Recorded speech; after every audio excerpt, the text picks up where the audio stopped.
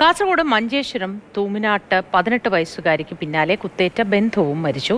സ്വത്ത് തർക്കത്തിനിടെ ഉണ്ടായ ബഹളത്തിനിടെയാണ് മഞ്ചേശ്വരം സ്വദേശി ഷെയ്ഖ് അബ്ബയ്ക്ക് കുത്തേറ്റത്.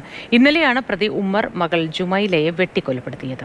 വിശദവിവരങ്ങൾ സാരംഗ് സുരേഷ് പങ്കുവയ്ക്കും. ഇന്നലെ വൈകിട്ട് വരെ നല്ല രീതിയിൽ സമാധാനം പുലർത്തിപ്പോന്ന ഒരു മേഖലയായിരുന്നു ഇത്. ഇപ്പോൾ എനിക്ക് തൊട്ട് പിറകിലായി കാണുന്ന വീട്ടിലാണ് ഇന്നലെ വൈകിട്ട് 5:30 സ്വത്ത് തർക്കത്തെ തുടർന്നുണ്ടായ ഒരു ചർച്ചയ്ക്കിടെ ഈ രീതിയിൽ അതിക്രൂരമായ ഒരു ഇരട്ട കൊലപാതകം നടക്കുന്നത്.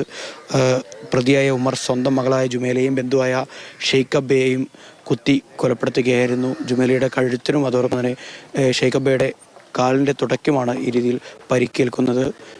ജുമൈല ഇന്നലെ സംഭവ സ്ഥലത്ത് തന്നെ വെച്ച് മരണപ്പെടുകയായിരുന്നു. ആശുപത്രിയിലേക്ക് എത്തിച്ചെങ്കിലും ജീവൻ രക്ഷിക്കാനായിരുന്നില്ല. ഇപ്പോൾ മൃതദേഹം മംഗൽപാടിയിലെ ആശുപത്രിയിൽ സൂക്ഷിച്ചിരിക്കുകയാണ്. 9 മണിയോടുകൂടി തന്നെ പോസ്റ്റ്മോർട്ടം നടപടികൾ പൂർത്തിയാക്കാൻ സാധിക്കുമെന്ന് തന്നെയാണ് സ്റ്റേഷനിൽ നിന്ന് ലഭിക്കുന്ന വിവരം. അതോടൊപ്പം തന്നെ ഷെയ്ഖ് അബ്ബ ഏതാനും നിമിഷങ്ങൾക്ക് മുൻപെയാണ് മരണപ്പെടുന്നത്. മംഗളൂരുവിലെ സ്വകാര്യ ആശുപത്രിയിൽ ചികിത്സയിലായിരുന്നു. ഇപ്പോൾ പ്രദേശവാസി നമ്മളോടൊപ്പം ചേരുന്നുണ്ട്. കാരണം ഒരു കുറേ കൊല്ലമായി ഇതില്ലാത്ത പിന്നെ സ്വത്ത് തർക്കത്തിൻ്റെ ചെറിയ പ്രശ്നത്താണ് പറയുന്നത്. പിന്നെ ലഹരിയുമായുള്ള സംഗതിയും പറയുന്നുണ്ട്.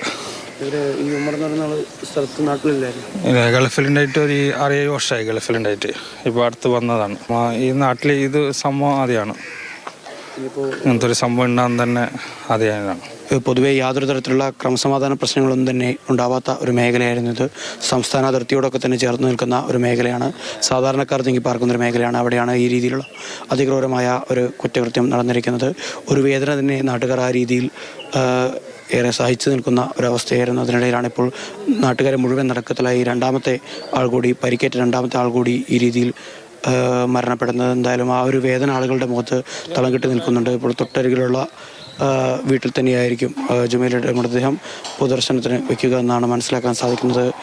ജുമൈലയുടെ മൃതദേഹം കുഞ്ചത്തൂർ ജുമാ മസ്ജിദ് പള്ളിയിലും അതോടൊപ്പം തന്നെ ഷെയ്ഖ് അബ്ബയുടെ മൃതദേഹം ബങ്കര ജുമാ മസ്ജിദ് പള്ളിയിലുമായിരിക്കും ഖബറടക്കുക. ഇനി മുതിർന്ന പോലീസ് ഉദ്യോഗസ്ഥരടക്കം അല്പസമയത്തിനകം തന്നെ സ്ഥലത്തെത്തുമെന്നാണ് മനസ്സിലാക്കാൻ സാധിക്കുന്നത്. അതോടൊപ്പം തന്നെ ഫോറൻസിക് വിദഗ്ധർ ഇവിടെ എത്തി പരിശോധന പൂർത്തിയാക്കേണ്ടതായുണ്ട്. ഇപ്പോൾ ഇവിടെ വീട് പൂർണ്ണമായും മാർക്ക് ചെയ്ത് ഉദ്യോഗസ്ഥർ ഇവിടെ നിന്ന് മടങ്ങിയിട്ടുണ്ട്. അതോടൊപ്പം തന്നെ ഇന്ന് തെളിവെടുപ്പ് പൂർത്തിയാക്കി പ്രതിയെ കോടതിയിൽ ഹാജരാക്കാനാണ് അന്വേഷണ സംഘത്തിൻ്റെ തീരുമാനം. അതിനിടെ നാട്ടുകാരുടെ ഭാഗത്തു നിന്നൊക്കെ തന്നെ വലിയ പ്രതിഷേധം ഉയർന്നു വരാനുള്ള സാഹചര്യങ്ങൾ കൂടി മുന്നിൽ കണ്ടുകൊണ്ട് വലിയ പോലീസ് ബന്ദോബസ്ത് ഒരുക്കാനാണ് പോലീസ് ഉന്നതാധികാരികളുടെ തീരുമാനം. ഷാജു ചന്തപുരയ്ക്കൊപ്പം സാരംഗ് സുരേഷ്, മാതൃഭൂമി ന്യൂസ്, കാസർഗോഡ്.